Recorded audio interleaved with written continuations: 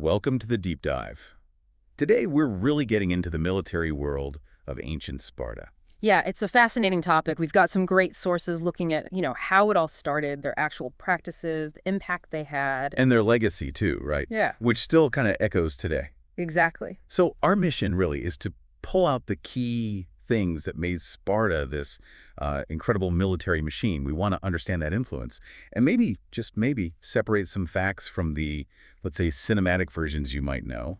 Okay, let's unpack this. Right. And what strikes you immediately from the sources is just how fundamental the military focus was for them. I mean, Spartan society seems built from the ground up purely for military readiness. Everything prioritized the military. Pretty much. A Spartan man's life, almost from the moment he was born, was pointed towards being a soldier. It wasn't just a career path, it was their entire identity. That's intense. And the absolute core of that has to be the agoge, right? Can you Wow. give us a sense of that? It sounds less like schooling and more like, oh, well, boot camp doesn't quite cover it. No, it really doesn't. The agoge was this incredibly rigorous state-run system.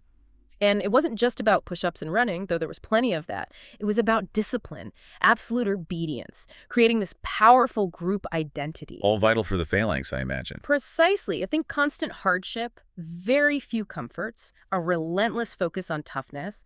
The aim was to forge soldiers who wouldn't break. And it wasn't just physical, it was deeply psychological. That's a big part of why they were so formidable in formation.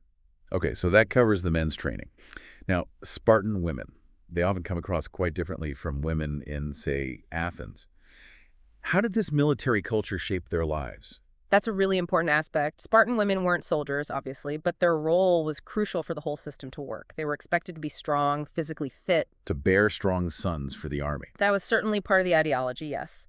And interestingly, they had more freedom and responsibility than many other Greek women. They often managed the estates, the property, while the men were away fighting for long periods. So kind of holding down the fort, which frees up the men entirely for military matters. Exactly. It's a societal structure that arguably gave Sparta an advantage, ensuring things kept running back home. So let's move to the battlefield. When these highly trained Spartans actually fought, what made their approach stand out? Especially if you compare them to Athens, maybe. Well, the core of Spartan tactics was the hoplite phalanx. Heavily armed infantry, big shields, long spears, fighting shoulder to shoulder in a dense block. Discipline again. Absolutely key. Their strength was that relentless, disciplined advance in land battles. Athens, on the other hand, developed this incredible naval power and perhaps more flexible tactics overall, different strengths. And these different styles must have clashed significantly in history. Oh, definitely. You think of Thermopylae, okay, technically a defeat, but it became legendary for Spartan bravery, holding the line against impossible odds. The ultimate example of their ethos. Right, and throughout the Peloponnesian War, time and again, the Spartan hoplites proved incredibly tough to beat in set-piece land battles. With that kind of military clout, what was Sparta's political position in Greece?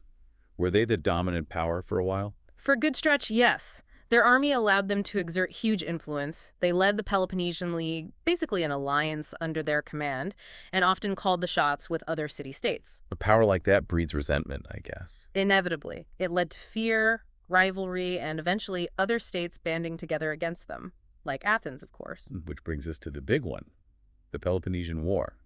A huge, draining conflict. What did that war actually do to Sparta and its military system in the long run? Did winning strengthen them? Well, that's the fascinating part. Sparta won the war against Athens, but the cost was immense. They lost a lot of soldiers, citizens, really. And just the sheer effort of maintaining that dominance afterwards, it stretched them incredibly thin. Resources, manpower, everything. So, victory, but maybe the start of the decline. What ultimately led to Sparta losing its military edge? It seems like a combination of things. Their actual number of full citizens, the Spartiates, was dwindling. There were internal social strains. The whole system relied on the subjugated helots. Who must have always been a potential problem. A huge underlying tension, yes. Plus, other powers like Thebes started innovating militarily, finding ways to counter the phalanx.